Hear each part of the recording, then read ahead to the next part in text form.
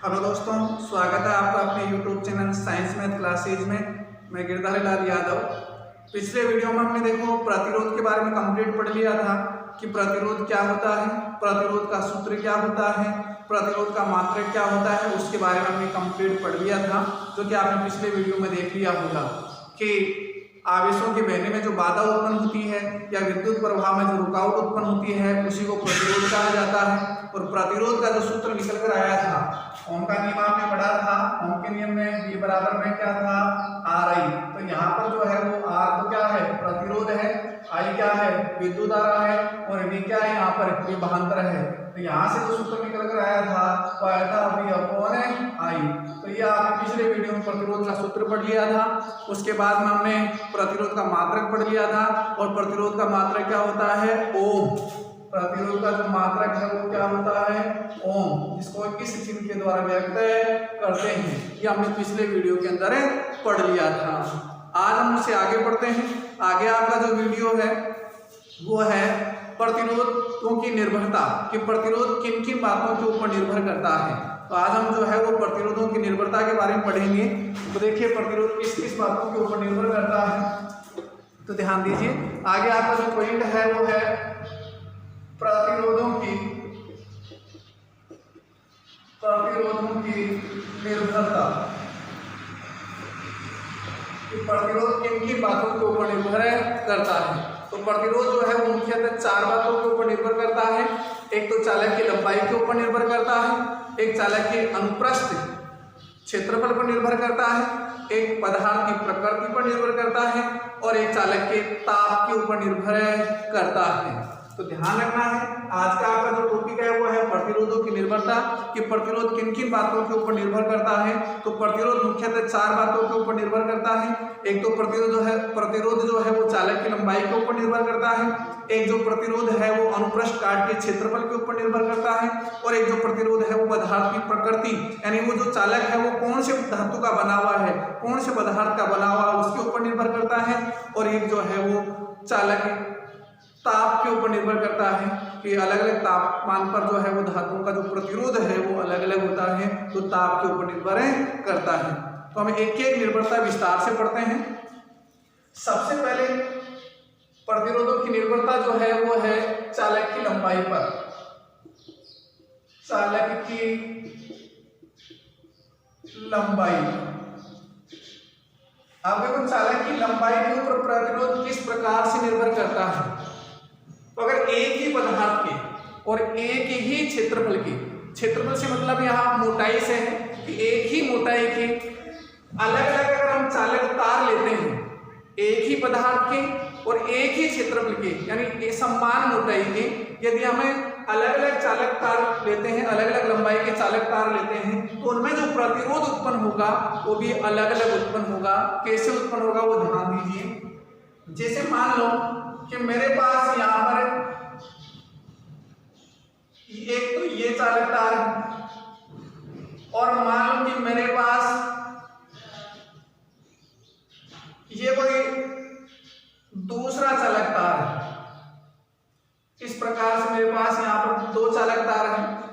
इस चालक तार की लंबाई कम है, इस चालक तार की जो लंबाई है वो अधिक है। पिछले वीडियो में आपने प्रतिरोध के बारे में क्या पढ़ा कि इलेक्ट्रॉनों के बहने में जो बाधा उत्पन्न होती है या जो रुकावट उत्पन्न होती है उसी को प्रतिरोध कहा जाता है।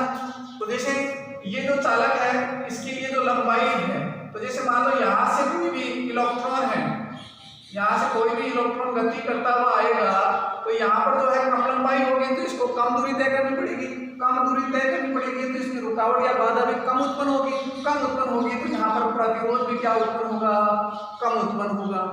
इस चालक तार की लंबाई कम है, तो यहाँ से जैसे इलेक्ट्रॉन या कोई भी आवेश गति करता हुआ आएगा तो इसको अधिक दूरी तय करनी पड़ेगी। अधिक लंबाई होगी तो अधिक दूरी तय करनी पड़ेगी, और अधिक दूरी तय करनी पड़ेगी तो प्रतिरोध भी अधिक उत्पन्न होगा, क्योंकि बाधा भी जो है वो अधिक उत्पन्न होगी।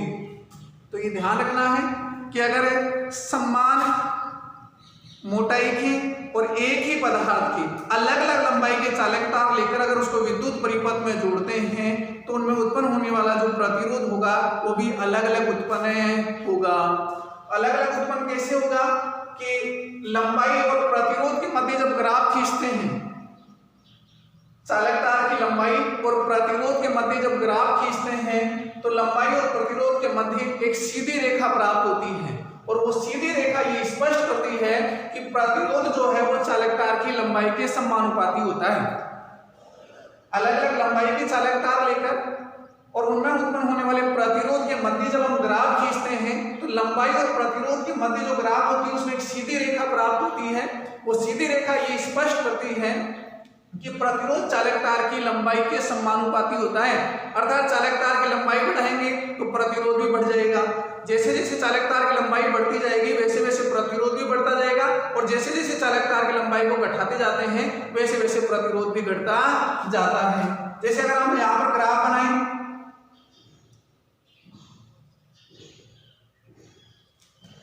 जैसे इधर हम लें प्रतिरोध आपका आ रहा है, इधर जैसे हम चालक तार की लंबाई लें, इन दोनों के मध्य जब हम ग्राफ खींचेंगे यहाँ पर तो एक सीधी रेखा प्राप्त होती है। क्या प्राप्त होती है? क्या सीधी रेखा प्राप्त होती है। ये सीधी रेखा ये स्पष्ट करती है कि प्रतिरोध चालक तार की लंबाई के समानुपाती होता है कि जैसे जैसे लंबाई बढ़ाएंगे वैसे वैसे क्या हो जाएगा? प्रतिरोध भी बढ़ेगा। जैसे जैसे लंबाई बढ़ाएंगे वैसे वैसे क्या बढ़ेगा? प्रतिरोध भी बढ़ेगा। अर्थात R जो है वो समानुपाती है वो किसके? L के। ये आपका पहला समीकरण आ गया। क्या आ गया? ये आपका पहला समीकरण आ गया। तो प्रतिरोधों की निर्भरता में पहली जो निर्भरता आई वो है चालक तार की लंबाई पर, और चालक तार की लंबाई में मैंने आपको क्या बताया? अगर चालक कम लंबाई का होगा तो प्रतिरोध भी कम उत्पन्न होगा, अगर चालक की लंबाई अधिक होगी तो प्रतिरोध भी क्या होगा? अधिक उत्पन्न होगा। चालक तार की लंबाई और प्रतिरोध के मध्य जब ग्राफ खींचते हैं तो एक सीधी रेखा प्राप्त होती है। ये सीधी रेखा ये स्पष्ट करती है कि प्रतिरोध चालक तार की लंबाई भी क्या होता है? समानुपाती होता है, अर्थात R समानुपाती होता है L। जैसे जैसे चालक तार की लंबाई बढ़ाते जाते हैं वैसे वैसे प्रतिरोध भी बढ़ता जाता है, लंबाई घटाएंगे तो प्रतिरोध भी क्या हो जाता है? घट जाता है। तो आपका पहला समीकरण आ गया क्या? R समानुपाती L। इसको मैं यहाँ ऊपर लिख देता हूँ, R समानुपाती L। ये आपका पहला समीकरण है। चाहे तो आप इसकी स्क्रीनशॉट ले लीजिए, मैं इसको रब कर देता हूँ।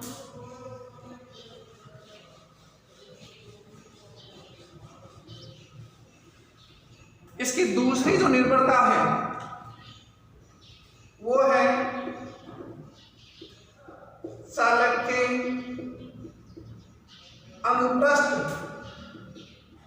काट के क्षेत्रफल पर। प्रतिरोध की जो दूसरी जो निर्भरता है वो क्या है? चालक के अनुप्रस्थ काट के क्षेत्रफल की। अगर समान लंबाई की, समान पदार्थ के, अलग अलग मोटाई के चालक तार लेते हैं और उनके मध्य जब प्रतिरोध ज्ञात करते हैं तो अलग अलग मान का प्रतिरोध प्राप्त होता है। प्रतिरोध और क्षेत्रफल के मध्य जब ग्राफ खींचते हैं, प्रतिरोध और क्षेत्रफल के युक्त क्रम के मध्य यदि ग्राफ खींचते हैं तो एक सीधी रेखा प्राप्त होती है। ये स्पष्ट होता है कि प्रतिरोध अनुप्रस्थ काट के क्षेत्रफल के युक्त क्रमानुपाती होता है। दोबारा से ध्यान दें, जैसे मान लो यहां पर यह आपका कोई चालक है, तार है, और मान लो यह आपका कोई दूसरा चालक है। दोनों की लंबाई समान है, दोनों एक ही पदार्थ के बने हुए हैं, लेकिन इसकी मोटाई कम है, इसकी मोटाई क्या है? अधिक है। अब कम मोटाई है, क्षेत्रफल कम है, तो यहाँ पर जो इलेक्ट्रॉन जब गति करेंगे तो इनके बहने में जो है वो बाधा अधिक उत्पन्न होगी। बाधा अधिक उत्पन्न होगी क्योंकि कम क्षेत्रफल में अधिक इलेक्ट्रॉनों को गति करना है तो बाधा उत्पन्न होगी। या इसका क्षेत्रफल ज्यादा है इसलिए यहाँ पर जो है इलेक्ट्रॉनों को गति करने में बाधा कम उत्पन्न होगी। तो जितना क्षेत्रफल कम होगा प्रतिरोध उतना ही अधिक उत्पन्न होगा, और क्षेत्रफल जितना ज्यादा होगा प्रतिरोध उतना ही कम उत्पन्न होगा। उसको एक साधारण उदाहरण से भी आप समझ सकते हैं कि जैसे मान लो आपके पास में ये कोई घर है और इसका ये कोई गेट है, आपके पास में ये कोई आपके पास में कोई दूसरा बड़ा घर है और इस दूसरे बड़े घर का मान लेते हैं ये गेट है। अब इस गेट से जैसे मान लो आपको 100 आदमियों को अंदर प्रवेश करना है, इस गेट से भी 100 आदमियों को प्रवेश करना अंदर, तो गेट यहाँ पर सकरा है, छोटा है, तो 100 आदमियों को एक साथ प्रवेश करने में अवरोध उत्पन्न करना पड़ेगा, ज्यादा बाधा उत्पन्न होगी, ज्यादा परेशानी उत्पन्न होगी। और यहाँ पर मकान बड़ा है तो गेट भी बड़ा है, गेट बड़ा है यहाँ पर तो जो है वो 100 आदमी आराम से आसानी से या इनको अंदर प्रवेश करने में कम अवरोध का सामना करना पड़ेगा। तो क्षेत्रफल अगर कम होता है तो अवरोध ज्यादा उत्पन्न होता है, क्षेत्रफल यदि ज्यादा होता है अवरोध कम उत्पन्न होता है। तो यहाँ ध्यान दें, अगर किसी चालक तार की मोटाई या जो क्षेत्रफल कम है तो प्रतिरोध जो है वो अधिक उत्पन्न होगा। अगर किसी चालक तार की मोटाई ज्यादा है, क्षेत्रफल ज्यादा है, तो प्रतिरोध भी क्या होगा, कम उत्पन्न होगा। तो इससे क्या हुआ कि यदि हम इसकी ग्राफ बनाएं कि चालक तार की मोटाई यानी क्षेत्रफल के युग्मक्रम और प्रतिरोध के मध्य ग्राफ खींचते हैं तो एक सीधी रेखा प्राप्त होती है। कैसे, ध्यान देंगे, इधर जैसे मान लो आप प्रतिरोध लें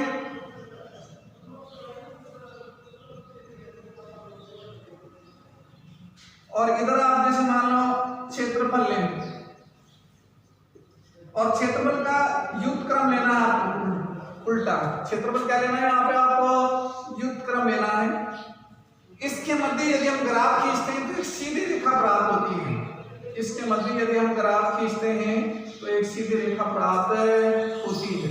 ये क्षेत्रफल है। तो प्रतिरोध और क्षेत्रफल के युग्मक्रम के मध्य ग्राफ खींचते हैं तो एक सीधी रेखा प्राप्त होती है। ये स्पष्ट होता है कि प्रतिरोध अनुप्रस्थ काट के क्षेत्रफल के युग्मक्रमानुपाती होता है। इस ग्राफ से स्पष्ट होता है कि प्रतिरोध अनुप्रस्थ काट के क्षेत्रफल के युग्मक्रमानुपाती युग्मक्रमानुपाती होता है। अर्थात R युग्मक्रमानुपाती 1/a होता है। यह आपका दूसरा समीकरण है। इसको यहाँ पे लिख देता हूँ, देखो R जो है वो युग्मक्रमानुपाती है 1/a। यह आपका दूसरा समीकरण आ गया है। यह आपका क्या आ गया है, दूसरा समीकरण आ गया है। तो प्रतिरोधों की आपकी दो निर्भरता पूरी हो गई, एक चालक की लंबाई पर और एक चालक के अनुप्रस्थ काट के क्षेत्रफल पर। चाहे तो आप इसकी स्क्रीनशॉट ले लीजिए।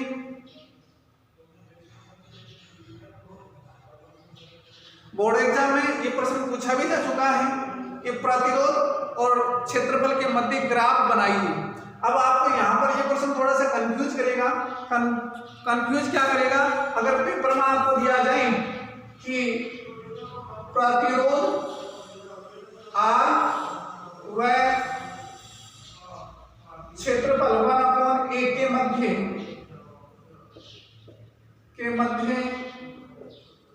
ग्राफ बनाएंगे, तो आप ये प्रश्न बोर्ड एग्जाम पूछा जा चुका है। प्रतिरोध R व क्षेत्रफल 1/a के मध्य ग्राफ बनाइए, तो आपको ये वाली ग्राफ बनानी है। ठीक है, तो आपको ये वाली ग्राफ बनानी है। इसी प्रश्न को दूसरे तरीके से पूछा जा सकता है कि प्रतिरोध R व क्षेत्रफल A के मध्य ग्राफ बनाइए, के मध्य ग्राफ बनाइए। प्रतिरोध R व क्षेत्रफल A के मध्य ग्राफ बनाइए। तो फिर ये वाली ग्राफ नहीं बनेगी, उसके लिए आपको दूसरी ग्राफ बनानी पड़ेगी। दूसरी ग्राफ कैसे बनेगी, ध्यान दीजिए आप लोग। इधर यदि हम प्रतिरोध लें R और इधर अगर हम क्षेत्रफल लें A, और इसके मध्य जो ग्राफ बनेगी वो ऐसे ढलान वाली ग्राफ बनेगी। कौन सी ग्राफ बनेगी, ऐसे ढलान वाली ग्राफ बनेगी। तो इन दोनों प्रश्नों को विशेष ध्यान रखना आप लोगों को। बोर्ड एग्जाम में काफी कंफ्यूज करता है ये प्रश्न और कई बार पूछा भी जा चुका है। प्रतिरोध और क्षेत्रफल के युग्मक्रम के मध्य ग्राफ बनवाएं, प्रतिरोध और क्षेत्रफल के युग्मक्रम के मध्य ग्राफ बनाएं, तो आपको ये वाली ग्राफ बनानी है। और प्रतिरोध और क्षेत्रफल के मध्य ग्राफ बनवाएं, तो आपको ये वाली ग्राफ बनानी है। तो आप इसका स्क्रीनशॉट ले सकते हैं।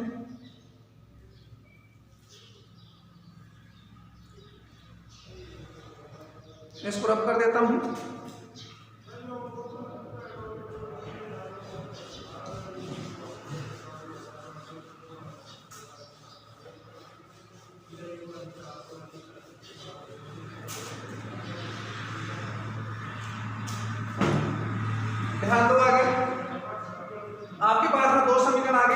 नंबर 1 और समीकरण नंबर 2।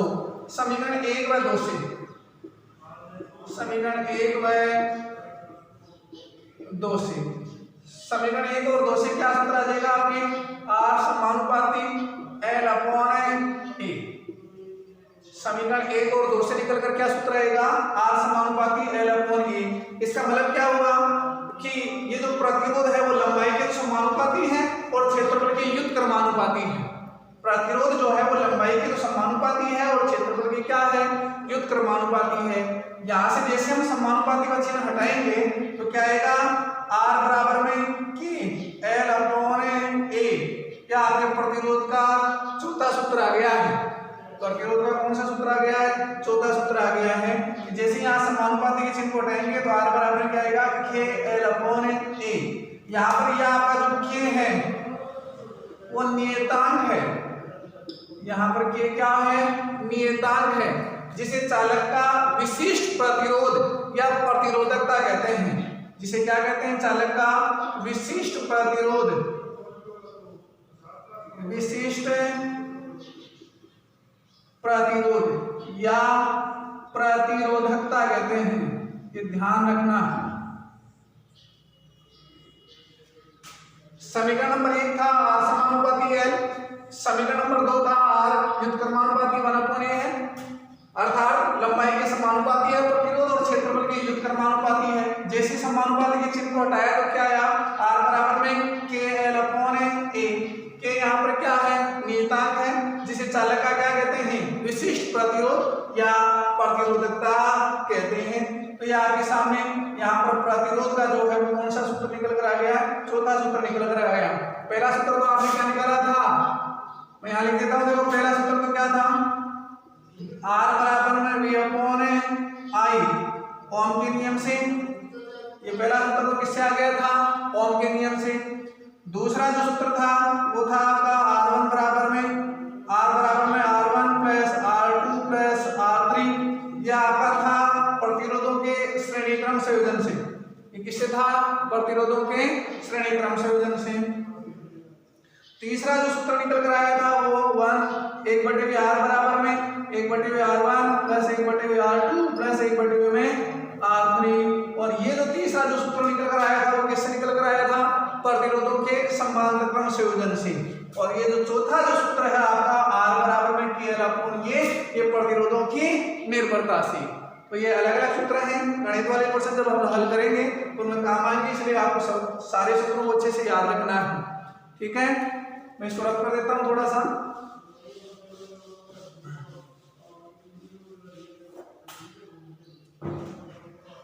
तो प्रतिरोधों की निर्भरता में कितने पॉइंट हो गए, 2 चालक की लंबाई पर हो गया, चालक के अनुप्रस्थ काट के क्षेत्रफल पर हो गया। अब इसकी जो तीसरी जो निर्भरता है,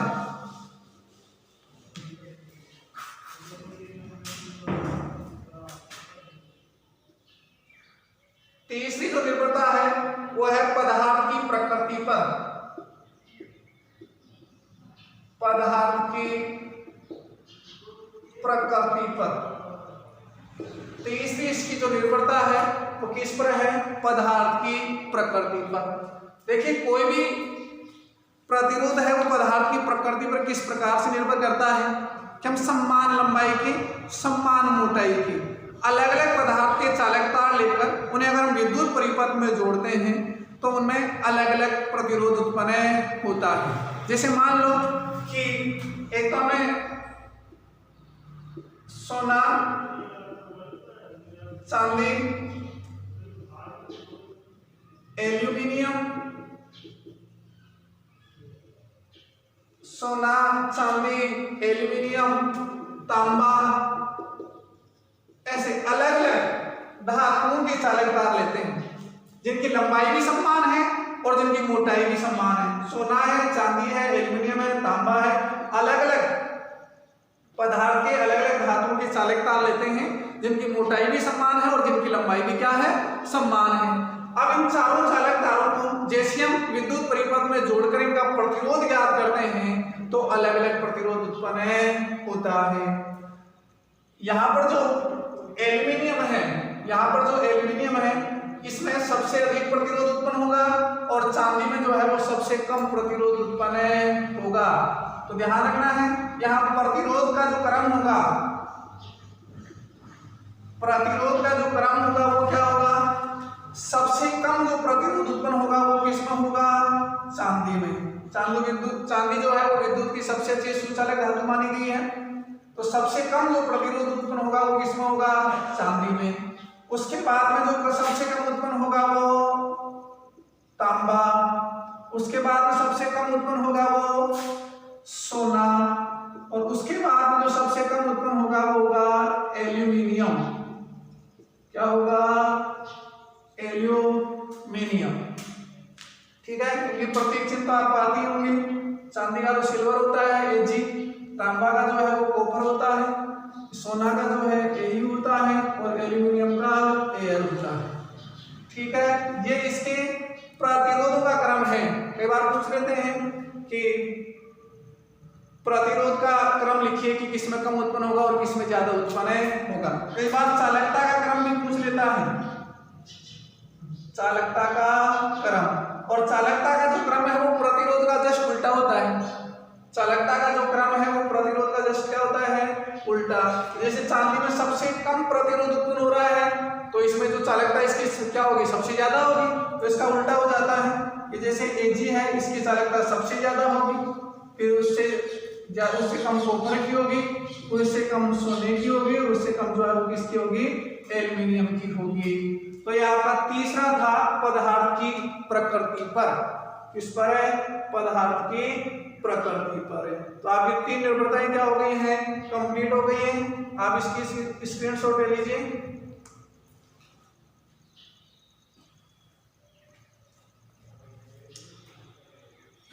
रब कर देता हूं इसको मैं थोड़ा सा।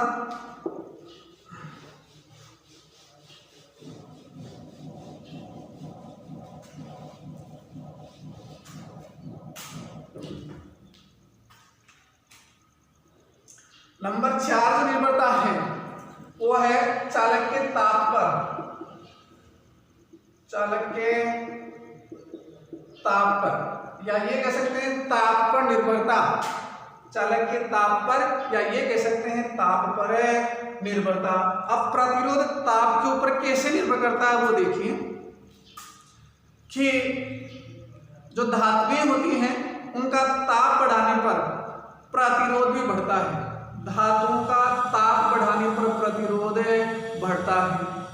जो मिश्रित जो धातुएं होती हैं उनका ताप बढ़ाने पर प्रतिरोध घटता है। जैसे टंगस्टन है, कांस्टेंट है, ऐसी जो धातुएं होती हैं, मिश्रित जो धातुएं होती हैं, उनका ताप बढ़ाने पर उनका प्रतिरोध क्या होता है, घटता है। ऐसे ही जैसे उप जो धातुएं होती हैं जिनको आप अर्धचालक धातुएं कहते हैं, उनका भी ताप बढ़ाने पर उनमें प्रतिरोध कम होता है। ताप बढ़ाने पर उनमें प्रतिरोध क्या होता है, कम उत्पन्न होता है। तो अलग अलग धातुओं की तो ताप पर जो है वो प्रतिरोध भी अलग अलग प्रकार से उत्पन्न होता है। कई धातु में ताप कम करने पर प्रतिरोध शून्य हो जाता है। कई धातुएं ऐसी हैं जिनमें ताप कम करने पर उनका प्रतिरोध जो है वो क्या हो जाता है, शून्य उत्पन्न, यानी शून्य उत्पन्न हो जाता है, प्रतिरोध शून्य हो जाता है। जैसे आपका जैसे पारा है 4.2 केल्विन ताप पर, इस पारे में जो प्रतिरोध है वो शून्य उत्पन्न होता है, 0 उत्पन्न होता है। पारा 4.2 केल्विन ताप पर पारे के अंदर जो प्रतिरोध है वो क्या उत्पन्न होगा, शून्य उत्पन्न होगा। तो ये आपकी प्रतिरोधों की जो निर्भरता थी वो क्या हो गई है, कंप्लीट हो गई है। आज इस वीडियो में इतना ही काफी है। धन्यवाद।